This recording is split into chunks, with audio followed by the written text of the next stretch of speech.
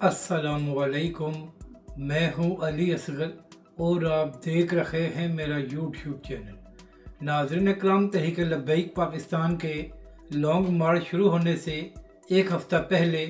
TLP के नायब अमीर सैयद ज़हीर हसन शाह साहब को गिरफ़्तार किया गया था और फिर 2 बार उनका जिस्मानी रिमांड मंजूर हुआ और अब ये ख़बर सामने आई है कि शाह साहब को जेल मुंतकिल कर दिया गया है।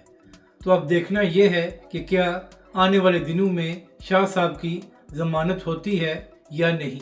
यहाँ पर सवाल यह है कि पिछले 1 महीने से बहुत से लोग तहरीक लब्बैक के ख़िलाफ़ ये प्रोपगंडा कर रहे हैं और ख़ास तौर पर वो लोग जो पहले तहरीक लब्बैक पाकिस्तान के बड़े हमदर्द थे और आजकल तहरीक लब्बैक पाकिस्तान पर तनकीद कर रहे हैं, तो उनकी जानिब से बार बार ये इल्ज़ाम लगाया जाता है कि हुकूमत तो 10 अक्टूबर से पहले ही तहरीक लब्बैक के साथ मुज़ाकरात कर रही थी और हुकूमत और इदारों ने पूरा जोर लगाया कि मामलात पुरअमन तरीके से हल हो जाएं, मगर हाफिज़ साद रिजवी और तहरीक लब्बैक के कायदीन ने बात नहीं मानी और वो अपनी बात पर बाजिद रहे, जिसकी वजह से मामलात ख़राब हुए और फिर सानिया मुरीद के हुआ।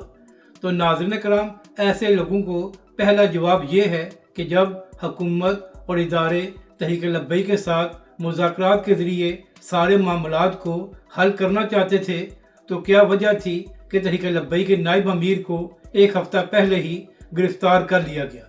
और फिर नाज़रीन कराम, लॉन्ग मार्च शुरू होने से 2 दिन पहले तहरीक लब्बैक पाकिस्तान के मरकज़ पर भी पुलिस भेजी गई थी। तो जो लोग तहरीक लब्बैक या हाफिज़ साद रिजवी पर यह तनकीद करते हैं कि लब्बैक वालों की वजह से मामलात ख़राब हुए और मुज़ाकरात कामयाब नहीं हुए, तो ऐसे लोगों से मेरा सवाल ये है कि अगर हुकूमत वाकई ही इस सारे मामले को पुरअमन तरीके से हल करना चाहती थी, तो क्या वजह थी कि तहरीक लब्बैक पाकिस्तान के लॉन्ग मार्च शुरू होने से एक हफ़्ता पहले ही शाह साहब को गिरफ़्तार किया गया। और फिर नाज़रीन कराम, अभी तहरीक लब्बैक पाकिस्तान का लॉन्ग मार्च शुरू हुआ था तो हाफिज़ साद रिजवी के अहल खाना को भी गिरफ़्तार कर लिया गया और उसके बाद तहरीक लब्बैक पाकिस्तान के मरकज़ और बाबा जी के मज़ार को भी सील किया गया। तो ऐसे लोगों से मेरा सवाल ये है कि अगर हुकूमत वाकई ही इस सारे मामले को ख़राब नहीं करना चाहती थी, तो फिर हाफिज़ साद रिजवी के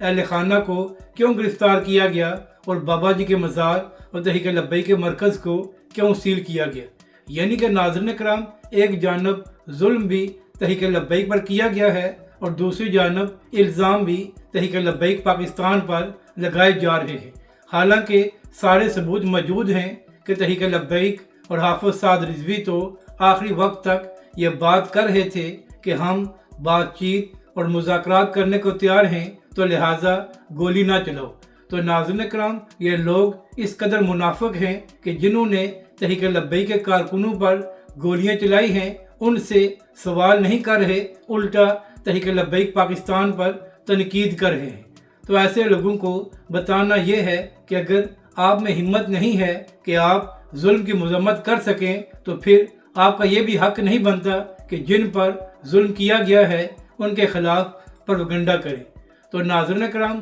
अब देखना यह है कि क्या आने वाले दिनों में शाह साहब को ज़मानत मिलती है या नहीं और मज़ीद इस हवाले से क्या तफसीलात सामने आती हैं। अगर नाज़रीन कराम आपको ये वीडियो अच्छी लगे तो इसे लाइक और शेयर ज़रूर करें और कमेंट्स के ज़रिए अपनी राय का भी इजहार करें।